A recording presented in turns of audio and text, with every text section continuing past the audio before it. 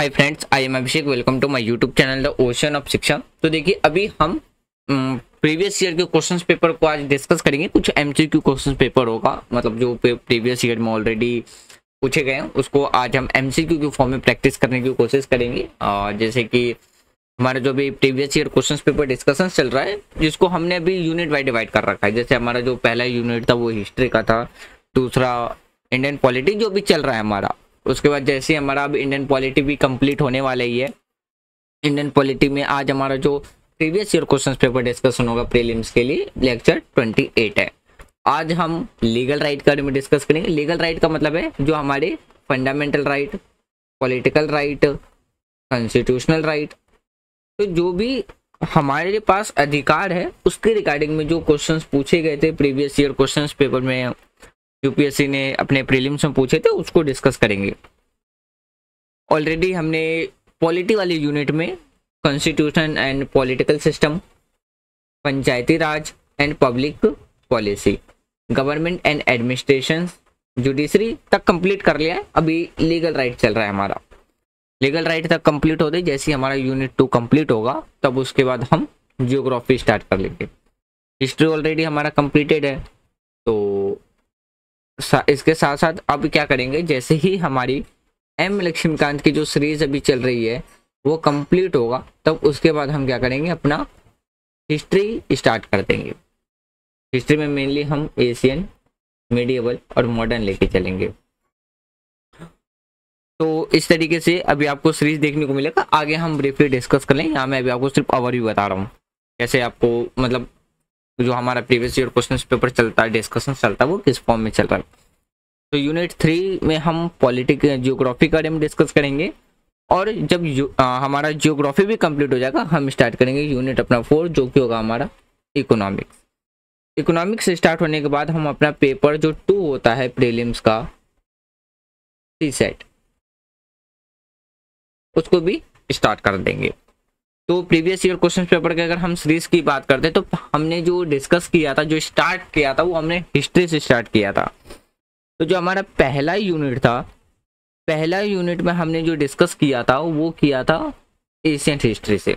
मतलब जो हमने टोटल हिस्ट्री यूनिट से जो क्वेश्चंस डिस्कस करे हैं वो 556 एमसीक्यू क्वेश्चंस डिस्कस करें। ये वही क्वेश्चन है जो प्रीवियस ईयर क्वेश्चन पूछे जा चुके हैं 1995 से लेकर के 2021 तक।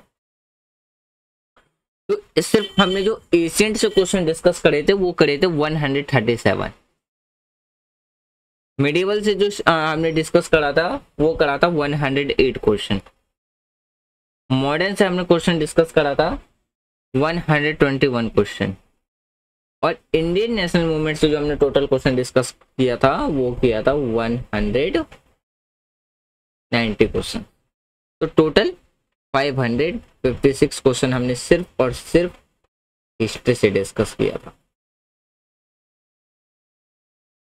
हिस्ट्री हमारी कंप्लीट हो चुकी थी, तब हमने स्टार्ट किया था अपना सेकेंड यूनिट, जो कि चल रहा था हमारा इंडियन पॉलिटी। अभी भी चल ही रहा है, इसका भी लास्ट सीरीज चल रहा है हमारा। जुडिशरी तो हो चुका, लीगल राइट अभी चलेगा आज से। तो पॉलिटी के अंदर हम अगर बात करें तो इसमें जो टोटल क्वेश्चन हमने डिस्कस करना है वो करना है वो 319 क्वेश्चन। सबसे पहला जो सीरीज था हमारा वो था कॉन्स्टिट्यूशन एंड पॉलिटिकल सिस्टम। इसमें जो हमने क्वेश्चन डिस्कस किया था वो किया था 101 क्वेश्चन। उसके बाद हमने गवर्नमेंट एंड एडमिनिस्ट्रेशन के जो क्वेश्चन डिस्कस करे थे वो करे थे 132। पंचायती राज एंड पब्लिक पॉलिसी में जो क्वेश्चन हमने डिस्कस करे थे वो करे थे 31 क्वेश्चन। अभी हमारा जुडिशरी लीगल राइट चल रहा है, इसमें हम टोटल क्वेश्चन डिस्कस करेंगे 55। तो टोटल क्वेश्चन आपको देखने को मिल जाएगा 319 क्वेश्चन।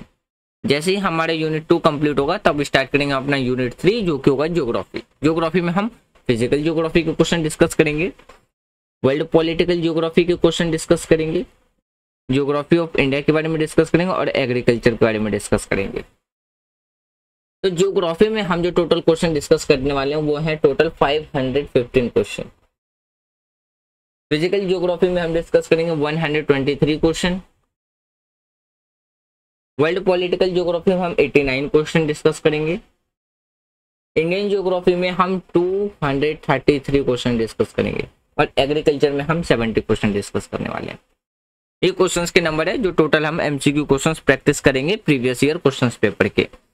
उसके बाद आएगा हमारा यूनिट 4 जो कि हमारा इकोनॉमिक्स का। इकोनॉमिक्स में हम टोटल कितने 385 क्वेश्चंस डिस्कस करने वाले हैं, जिसमें से structure of the Indian economy and demography में 103 question,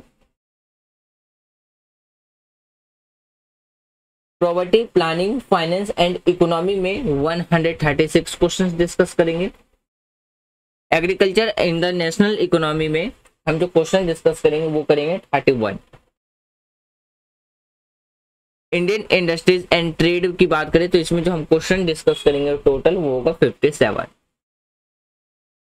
Indian tertiary sector in the Indian economy में अगर बात करें तो 58 क्वेश्चन हम डिस्कस करेंगे। तो यहाँ पे जो मैंने आपको क्वेश्चन नंबर बताए हैं कौन से सीरीज में यूनिट में हम कितने क्वेश्चन डिस्कस करेंगे, ये आपको ये आइडेंटिफाई करने में हेल्प करेगा कि आखिर कौन सा सब्जेक्ट कितना ज़्यादा इंपॉर्टेंट और कौन सा टॉपिक कितना ज़्यादा इंपॉर्टेंट। इसीलिए कहा जाता है कि सिलेबस के साथ साथ आप प्रीवियस ईयर क्वेश्चन पेपर भी एनालाइज करते चलो।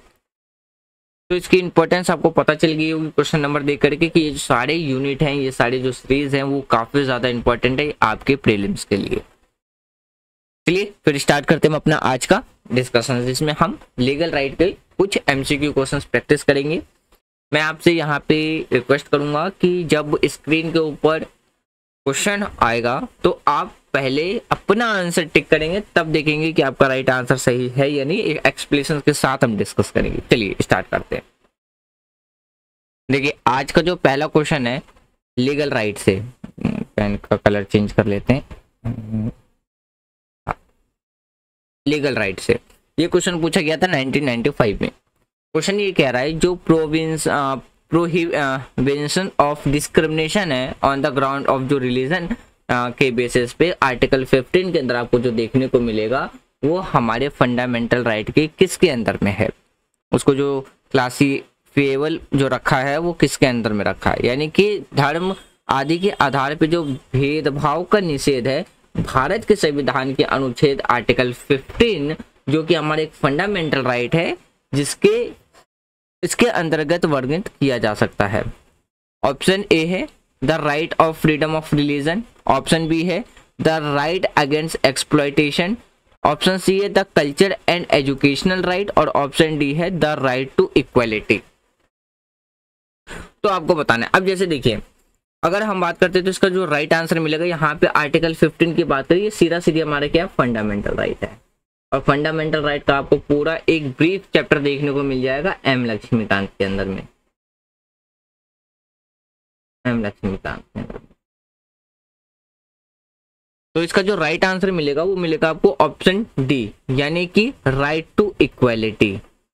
अब बात करते हैं, देखिए अगर हम आर्टिकल 14 से लेकर के 18 तक की बात करते हैं जो हमारे राइट टू इक्वालिटी की बात करता है, यानी कि जो पहला ही हमारा मौलिक अधिकार है वो है राइट टू इक्वालिटी का, यानी कि समानता का अधिकार। उसमें अगर हम आर्टिकल 23 एंड 24 की बात करते हैं वो किसके बारे में बात करता है, राइट अगेंस्ट एक्सप्लॉयटेशन के बारे में। आर्टिकल 25 टू 28 की बात करते हैं तो वो किसके बारे में बात करता है, right to freedom of religion के बारे में। आर्टिकल 29 और 30 की बात करते हैं तो ये बात किसका करता है, कल्चर एंड एजुकेशनल राइट के बारे में। तो ये आपको देखने को मिल जाएगा। बाकायदा हमने पूरा एक सीरीज डिस्कस किया है एम लक्ष्मीकांत के अंदर में फंडामेंटल राइट का। तो आप प्लेलिस्ट एक्सेस करके, उसका लिंक मैं आपको डिस्क्रिप्शन में दे दूंगा, प्लेलिस्ट एक्सेस करके वो चैप्टर आप पूरा कंप्लीट कर सकते हैं। हिंदी इंग्लिश दोनों में उसमें आपको क्या है नोट्स देखने को मिल जाएगा। और एक और छोटी सी इन्फॉर्मेशन, यदि आपको ये सारे क्वेश्चन पीडीएफ के फॉर्म में अगर आपको चाहिए, नोट्स के फॉर्म जो भी हम डिस्कस करें वो नोट्स के फॉर्म में चाहिए, तो टेलीग्राम पे चैनल है द ओशियन ऑफ शिक्षा करके, वहाँ पे आप फ्री ऑफ कॉस्ट चैनल को ज्वाइन कर सकते हैं और वहाँ पे जितने भी जो नोट्स हैं, बुक है पीडीएफ के फॉर्म में, आप उसको डाउनलोड कर सकते हो। तो वहाँ पे आपको मिल जाएगा। तो इसका जो राइट आंसर मिलेगा वो आपको मिलेगा ऑप्शन डी, यानी कि right to equality. Next question देखते हैं। अगला जो क्वेश्चन है इसमें आपके पास 3 स्टेटमेंट है, 3 स्टेटमेंट में से बताने कि कौन सा स्टेटमेंट करेक्ट है। और एक चीज और, जैसे यहाँ पे देखिए एलिमिनेशन से मेथड से ऑप्शन दिया गया है। अगर आप में से किसी ने 2000 अगर आप में से किसी ने 2022 में अगर एग्जाम दिया हो तो वहां पे देखना ऑप्शन की जगह एलिमिनेशन मेथड हटा के पेयर वाला डाल दिया, तो इसमें आप वो भी कर सकते हैं, only one pair are correct. Option B only two pairs are correct. देखिए यहाँ पे करेक्ट पूछ रहा है तो आपको करेक्ट में बताना है कि इनमें से कौन सा स्टेटमेंट करेक्ट है। ऑप्शन सी हो जाएगा all pairs are correct, all pairs are correct. और ऑप्शन डी हो जाएगा नन ऑफ दीज। तो इस मतलब स्टेटमेंट ये कहता है कि it will be violative of the right of freedom of speech and expression, मतलब यह बोलने और अभिव्यक्ति की स्वतंत्रता के आधार का उल्लंघन है। मतलब यहाँ पे देखिए जो स्टेटमेंट दिया हुआ है किसके रिगार्डिंग में दिया है, no one can be completed to sign the national anthem since, मतलब कि निम्नलिखित कथनों पर हमें विचार करते हुए बताना है कि किसी को भी राष्ट्रगान गाने के लिए बाध्य नहीं किया जा सकता है। यहाँ से मैं आपसे जनरल नॉलेज के क्वेश्चन पूछूंगा, आपको ये बताना है कि नेशनल एंथम कितने सेकंड का है, आपको ये बताना है। मतलब यह बोलने और अभिव्यक्ति की स्वतंत्रता के अधिकार का उल्लंघन होगा। और दूसरा स्टेटमेंट कहता है it will be violative of the right to the freedom of conscience and practices and propagations of religion, मतलब यह अंतरात्मा की स्वतंत्रता और धर्म के अभ्यास और प्रचार के अधिकार का उल्लंघन होगा। तीसरा है किसी को भी राष्ट्रगान गाने के लिए बाध्य करने का कोई कानूनी प्रावधान हमारे कॉन्स्टिट्यूशन में नहीं है। तो इसका जो आंसर देखने को मिलेगा वो मिलेगा आपको ऑप्शन सी, यानी कि हमारा जो तीनों ही स्टेटमेंट है, यानी कि अगर आप बात कर लो सारे के सारे जो पेयर्स हैं वो क्या है, करेक्ट है। यानी कि अगर आप बात करते हैं कि यदि हम किसी को राष्ट्रीय गान गाने से रोकते हैं, यानी कि राष्ट्रीय गान के लिए अगर हम उसे बाध्य, किसी को भी राष्ट्रीय गान गाने के लिए हम बाध्य नहीं कर सकते, अगर हम उसको बाध्य करते हैं तो उसका क्या होगा, जो right to freedom of speech और एक्सप्रेशन उसका वायलेशन होगा, या हम राइट टू फ्रीडम टू जो कॉन्साइंस और प्रैक्टिसेस हैं उसका वायलेशन होगा। और हमारे कॉन्स्टिट्यूशन में ऐसा कोई भी प्रोविजन नहीं देखने को मिलेगा जो बाध्य करता हो राष्ट्रीय गान गाने से। तो इसीलिए जो हमारा तीनों स्टेटमेंट है वो आपको क्या है, करेक्ट देखने को मिलेगा। और ये सवाल पूछा गया था 1996 में। नेक्स्ट क्वेश्चन देखते हैं। देखिए दूसरा अगला जो क्वेश्चन इसमें कहता है एक British citizen stay in India cannot claim the right to, मतलब इन चारों में से ऐसा कौन सा राइट है जो ब्रिटिश सिटीजन क्या नहीं कर सकते, क्लेम नहीं कर सकते ना, यानी कि भारत में रहने वाला कोई भी ब्रिटिश नागरिक इनमें से कौन से अधिकार का दावा नहीं कर सकता है। ऑप्शन ए है freedom of trade and profession, option B है equality before law, option C है protection of the life and personal liability, और ऑप्शन डी है फ्रीडम ऑफ रिलीजन। अब आप ये देखिए ये सारे ऑप्शन, अगर आप क्वेश्चंस की बात करो तो ये फंडामेंटल राइट के ही क्वेश्चंस है। तो इसका जो राइट आंसर मिलेगा वो मिलेगा आपको ऑप्शन ए, यानी कि अगर बात करते हैं freedom of trade and profession. तो देखिए अगर हम फंडामेंटल राइट की बात करते हैं जो कि अवेलेबल है हमारे सिटीजन्स के लिए ना कि अदर फॉरिजन के लिए, वो कौन कौन से, तो राइट अवेलेबल जो अंडर है आर्टिकल 15, आर्टिकल 16, 19, 29 एंड 30, ये वो फंडामेंटल राइट है जो कि सिर्फ और सिर्फ इंडियन सिटीजन्स के लिए यानी कि भारत के नागरिकों के लिए ही क्या है अवेलेबल है, ना कि बाहर के देश के नागरिकों के लिए। अब देखिए कुछ फंडामेंटल राइट ऐसे हैं जो कि बोथ, यहाँ पे बोथ होगा दोनों के लिए, यानी कि कुछ अधिकार ऐसे हैं जो कि इंडियन सिटीजन के लिए और बाहर के जो फॉरेनर्स हैं उनके लिए भी क्या है ये अवेलेबल है, लेकिन इसमें हम एनिमी अलायंस को ऐड नहीं करते हैं। मतलब जो एनिमीज अलाइन है, मतलब जिस देश के साथ हमारी वॉर हो चुकी हो या रिलेशंस खराब हो उसको छोड़ करके, तो वो अधिकार कौन कौन से, under article 14, 20, 21, 21 clause A, article 21 किसके बारे में बात करता है? राइट टू लाइफ के बारे में बात करता है। आर्टिकल 22, आर्टिकल 23, 24, 25, 26, 27 एंड 28 ये वो अधिकार हैं जो से हमारी भारत के नागरिक और बाहर के विदेश के नागरिक दोनों के लिए ही हमारे कॉन्स्टिट्यूशन के अंदर मेंशन है।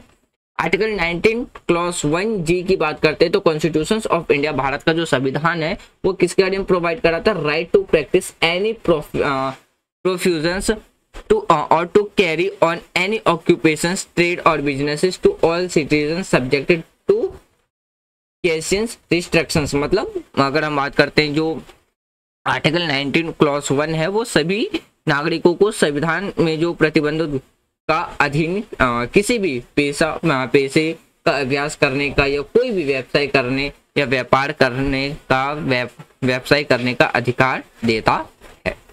नेक्स्ट क्वेश्चन देखते हैं। अगला जो क्वेश्चन है इसमें बता रहा है कि हमारे कॉन्स्टिट्यूशन के अंदर जो राइट टू इक्वालिटी है जो कि गारंटीड किया गया है 5 आर्टिकल्स में, तो वो कौन कौन से? तो article 16 to 20, article 15 to 19, article 14 to 18 और आर्टिकल 13 to 17। इसका सीधा सीधी आंसर है ऑप्शन सी। देखिए सिविल सर्विस में इतने इस तरह के आसान क्वेश्चन भी पूछे जाते हैं। तो ये सवाल पूछा गया था 2002 में। तो आर्टिकल अगर हम 14 से लेकर के आर्टिकल 18 तक की बात करते हैं तो इसमें जो आर्टिकल 14, 15, 16, 17 और 18, तो ये जो 5 फंडामेंटल राइट है वो किसके बारे में बात करता है? राइट टू इक्वालिटी के बारे में बात करता है। तो इसका राइट आंसर आपको ऑप्शन सी देखने को मिल जाएगा। देखिए फंडामेंटल राइट है की बात करें जो कि कैटेगराइज किया गया 6 ग्रुप में। पहला है राइट टू इक्वालिटी, आर्टिकल 14 से 18 तक। दूसरा है राइट टू फ्रीडम, आर्टिकल 19 से 22। इसी में आपको आर्टिकल 21 देखने को मिलेगा राइट टू लाइफ के बारे में। Article against exploitation 23, 24। Right to freedom of religion, article 25 से 28। Cultural and educational right, article 29 से 30। Right to constitutional remedies, article 32 में आपको देखने को मिल जाएगा। तो right answer is option C. Next question देखते हैं। इनमें से किसको, कौन से अधिकार को कौन से फंडामेंटल राइट्स को, मौलिक अधिकार को डॉक्टर भीमराव अंबेडकर के द्वारा heart and soul of the constitution कहा गया है? इसका सीधा सीधी आंसर आपको नॉर्मली देखने को मिलेगा आर्टिकल 32 में। और आर्टिकल 32 किसके बारे में बात करता है? Right to constitutional remedies. तो इसका ऑप्शन है आपको ऑप्शन डी देखने को मिल जाएगा। देखिए अगर आप बात करते हैं राइट टू कॉन्स्टिट्यूशनल रेमेडीज जो कि अंडर आर्टिकल 32 है फंडामेंटल राइट का, तो इसको अगर हम बात करते हैं तो इसको very soul of the constitution and very heart of the Indian constitution कहा जाता है। ये किसके द्वारा कहा गया था? डॉक्टर BR अम्बेडकर जी के द्वारा कहा गया था। नेक्स्ट क्वेश्चन देखते हैं। अगला जो क्वेश्चन है इसमें आपके पास 3 स्टेटमेंट है। 3।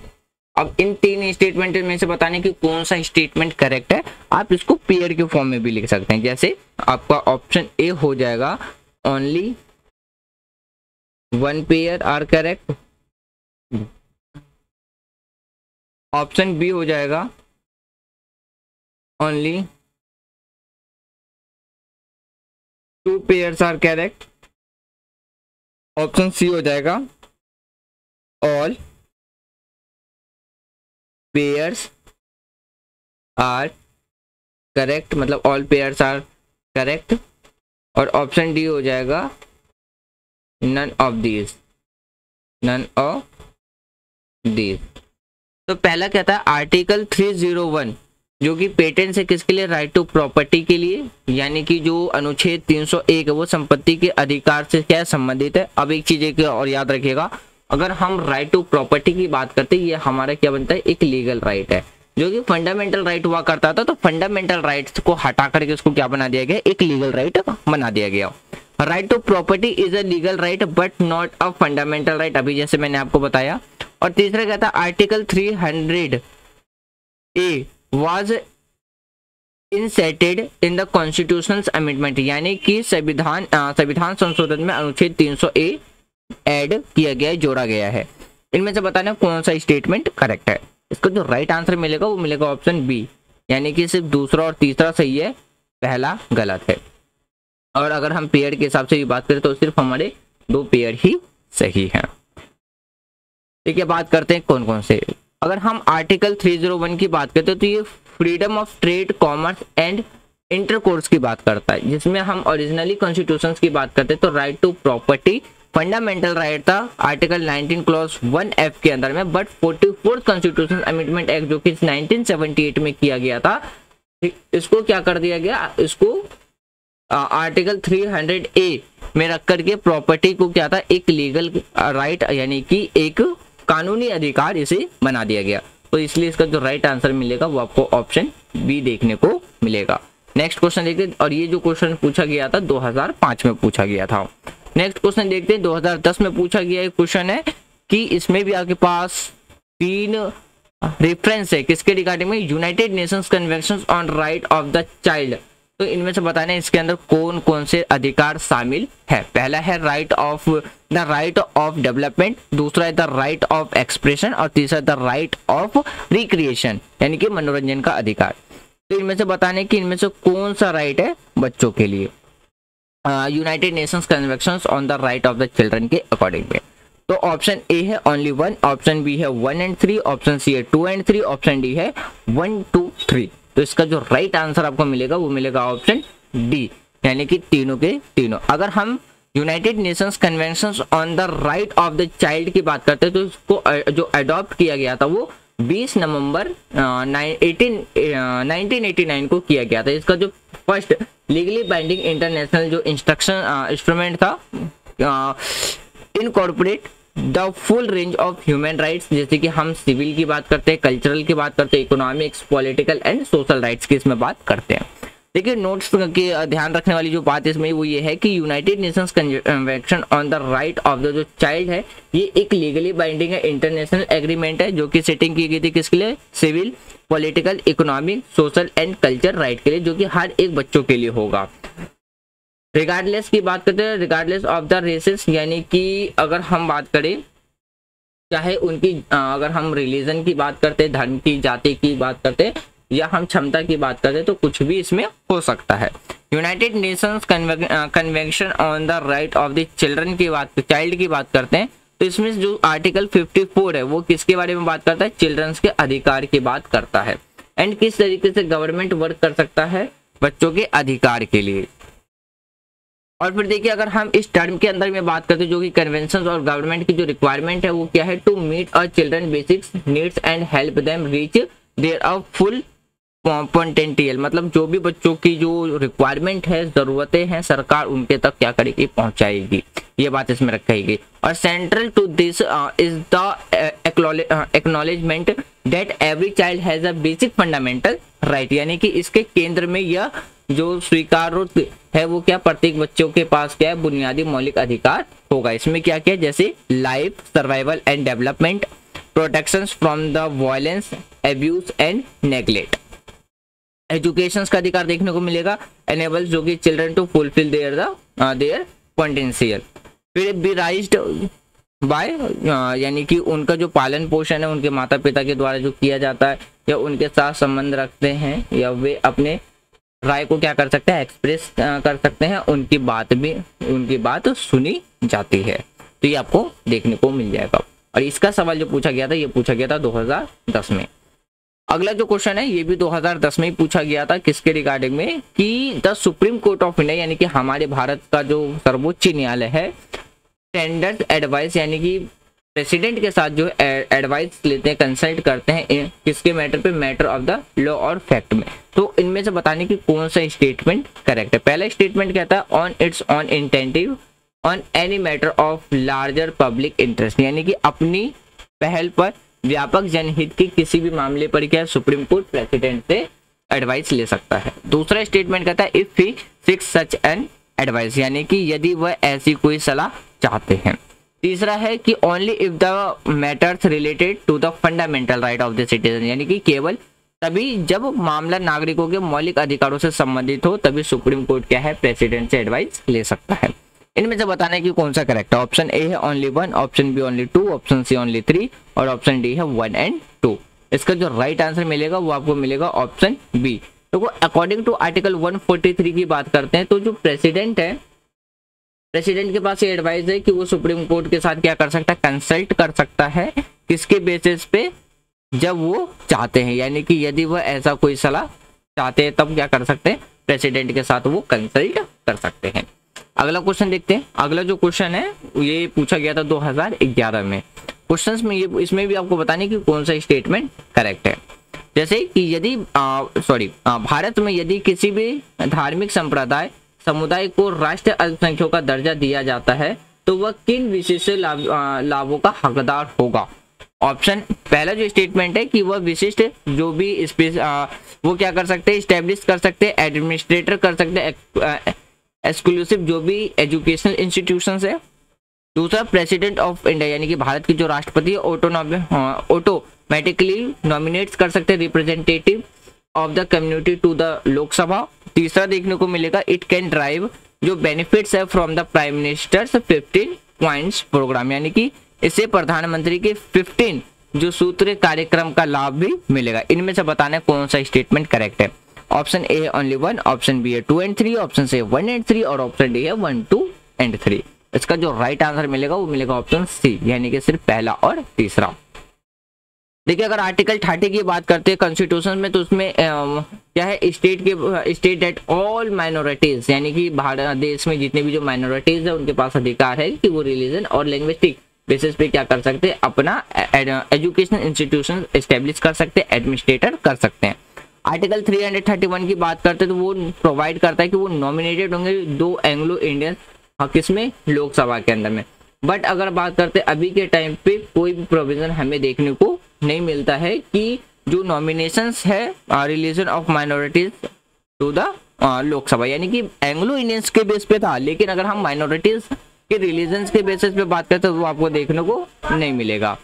फिर बात करते हैं जो रिलीजियस माइनॉरिटीज है कैन अवेल जो भी बेनिफिट्स हैं from prime minister 15 points programme, तो उसका वो लाभ उठा सकते हैं। तो इसीलिए जिसको जो राइट आंसर मिलेगा वो मिलेगा आपको option C is correct answer.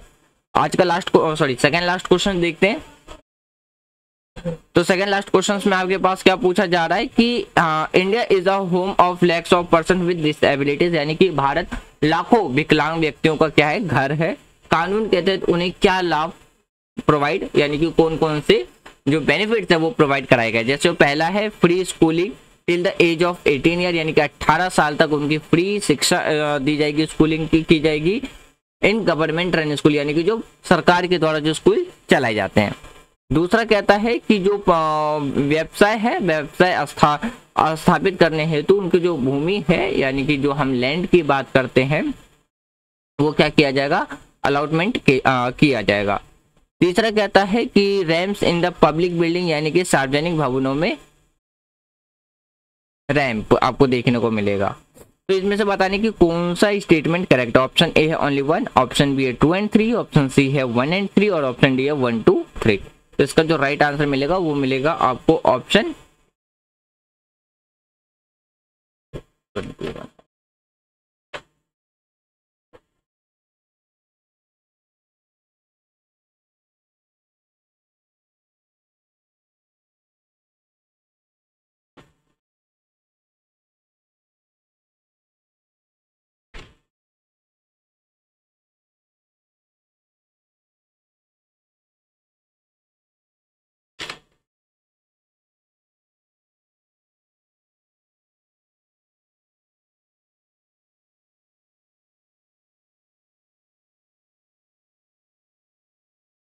तो इसका जो राइट आंसर है वो आपको मिलेगा ऑप्शन डी, यानी कि तीनों का तीनों ही स्टेटमेंट हमारी क्या है, सही है।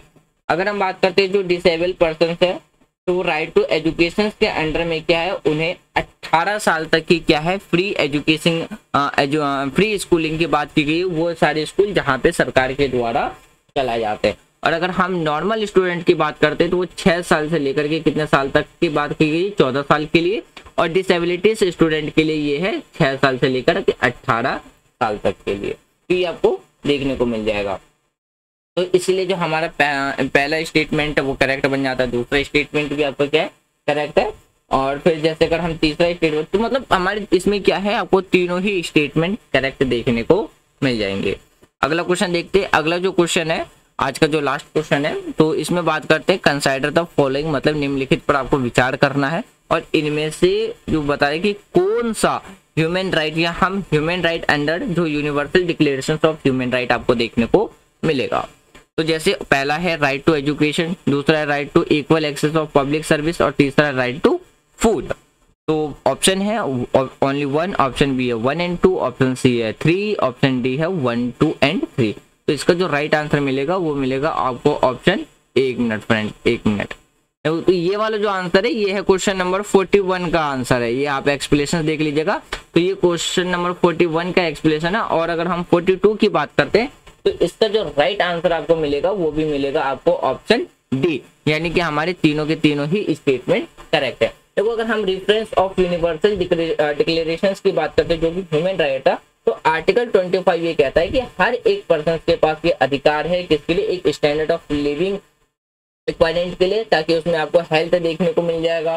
फिर बात करते हैं उसमें खुद के लिए जैसे कि या फैमिली के लिए जिसमें including food, clothing, housing, medical care, necessary जो भी सोशल सर्विसेज है, या हम उनके अधिकार की बात करते हैं सुरक्षा के अधिकार की, या हम बात करते हैं किसमें, event of unemployment, sickness, disabilities, widowhood आपको देखने को मिल जाएगा, ओल्ड एज देखने को मिलेगा, अदर लैक ऑफ जो लाइवलीहुड है इन जो सर्कमस्टेंस देखने को मिल जाएगा बिहाइंड हिज कंट्रोल। और अगर हम आर्टिकल 21 क्लॉज 2 की बात करें तो उसमें ये कहा गया है कि हर एक पर्सन के पास क्या रहेगा, अधिकार रहेगा कि वो उनके लिए इक्वल एक्सेस रहेगा किसके लिए, पब्लिक सर्विसेज के लिए। आर्टिकल 26 क्लॉज 1 की बात करते हैं तो इसमें क्या कहा गया है कि हर एक पर्सन के पास अधिकार रहेगा किसका, एजुकेशन का। और एजुकेशन की बात करते हैं तो 6 साल से 16 साल जो 14 साल तक के लिए नॉर्मल स्टूडेंट है, गवर्नमेंट स्कूलिंग जो गवर्नमेंट रनिंग स्कूलिंग है उसमें क्या रहेगी, उनको फ्री एजुकेशन दी जाएगी। तो इसलिए जो इसका जो राइट आंसर है वो आपको ऑप्शन डी देखने को मिलेगा। तो फ्रेंड्स ये था हमारा आज का डिस्कशन जिसमें हमने लीगल राइट के कुछ क्वेश्चन डिस्कस किए जो कि डायरेक्ट यूपीएससी के प्रीलिम्स में पूछा गया।